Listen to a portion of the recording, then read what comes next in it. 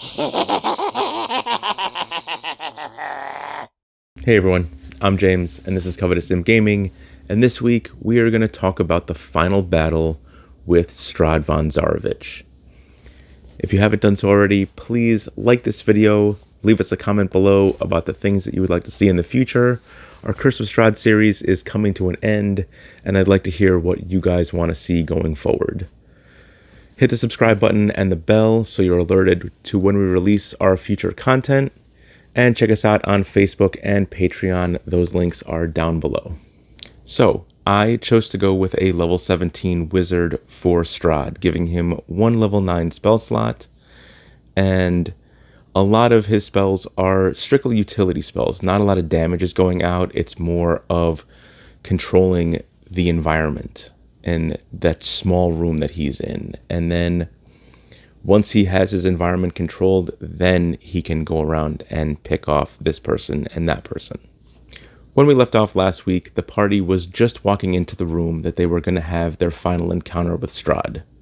The Heart of Sorrow is hanging above him in whatever room the encounter is going to take place.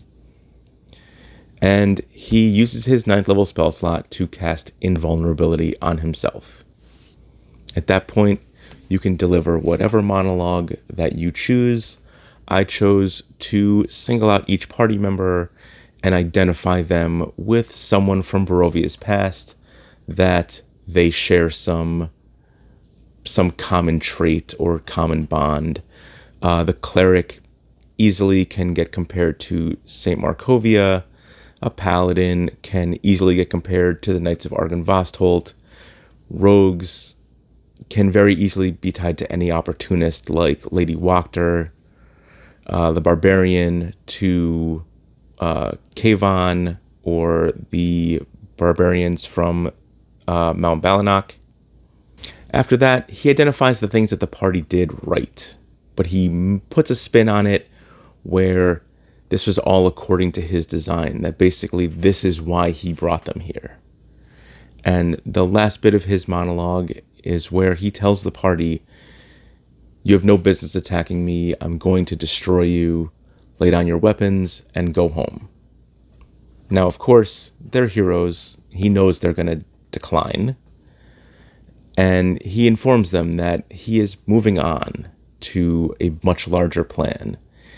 And when he breaks the party and brings them all back as vampires, that he is going to send them out into the multiverse with the Vistani, and he is going to send them to wherever they came from and have them attack their own families and loved ones.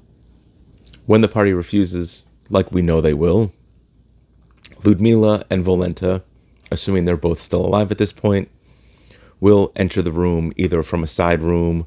If the battle's taking place in the crypts, they can just erupt from the ground. And they're simply here to defend Strahd and again whittle away some of the party's resources. So for this part of the fight, Strahd simply stands there, immune to all damage, and watches the party fight Volenta and Ludmila. When they make short work of the two of them, like he knows that they will, he, in another display of power, shows his power over the land and all of the undead that are in his land, and he summons the party's shadows to attack the party. So one shadow for every party member will rise up and attack the party. Again, not a difficult encounter, but simply there to whittle away some resource. If it's hitting a barbarian or hitting a paladin, that's knocking down some of their chance to hit. If there's a shadow attacking a wizard, there's a possibility that the wizard just gets wiped out at the start of the fight. When the last shadow is killed, Strahd drops concentration on invulnerability and begins to attack. So the way I wrote the actual fight with Strahd was the heart protects Strahd from all damage, but the heart takes the radiant damage that Strahd is dealt. Meaning that if a paladin with a regular sword were to attack Strahd, no slashing damage would be dealt, and all of the radiant damage that would be dealt is dealt not to Strahd, but to the heart. When the heart has sustained 100 radiant damage, the heart stops beating, shrivels up into nothingness, spits out that red gem for the winery, and Strahd is now able to take all forms of damage. So Strahd's strategy in this is very cat and mouse. He will use Force Cage to remove a difficult adversary from the equation, or if he can get to that adversary and have himself and just that adversary in the Force Cage, he will do that to remove them even further from the equation. And if a group of them are clustered up, he can Force Cage the cluster of players, and then, say there's 2 people out, he can charm one to help him kill the other. When the heart is destroyed and Strahd starts to sustain some damage, it's at that point that he will sidestep into a wall and take a few rounds to regenerate. Now, of course, this gives the party the same time to heal themselves up.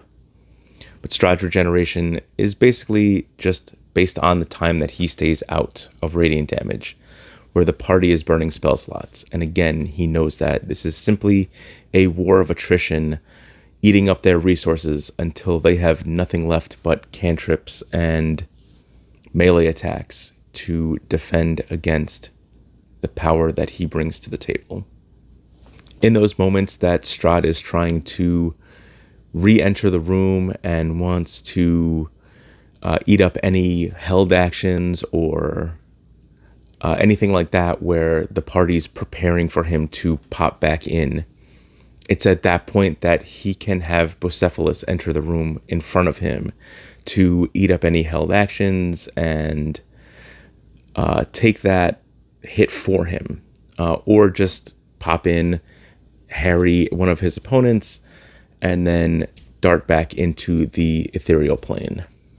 So I do think that your players might get a little frustrated with I took some damage, I'm going to take a little break and run off into the wall for a minute and heal up. It does get frustrating, but Strahd did not survive hundreds and hundreds of years by playing by the book. He's an opportunist and a strategist, and he will always play this game to win. That being said, he doesn't have a ton of health, so a few well-placed hits from the Sun Sword by a paladin that's also dumping massive smites, he's not going to last very long. And when they get to that bit where the paladin has him cornered and it's game on with the Sun Sword, he's probably still going to die. The Sun Sword is very powerful in the hands of a paladin. But when he dies, and of course he will, that he knows that Vampire will not give up his champion anytime soon. So my next Curse of Strahd video will be the ritual to bind Vampire back into the Amber Temple. But next week, I will be doing a video to cover some strategies on how to introduce your players to your homebrew world. Thanks for watching. I hope you enjoyed this video, and we'll see you next week.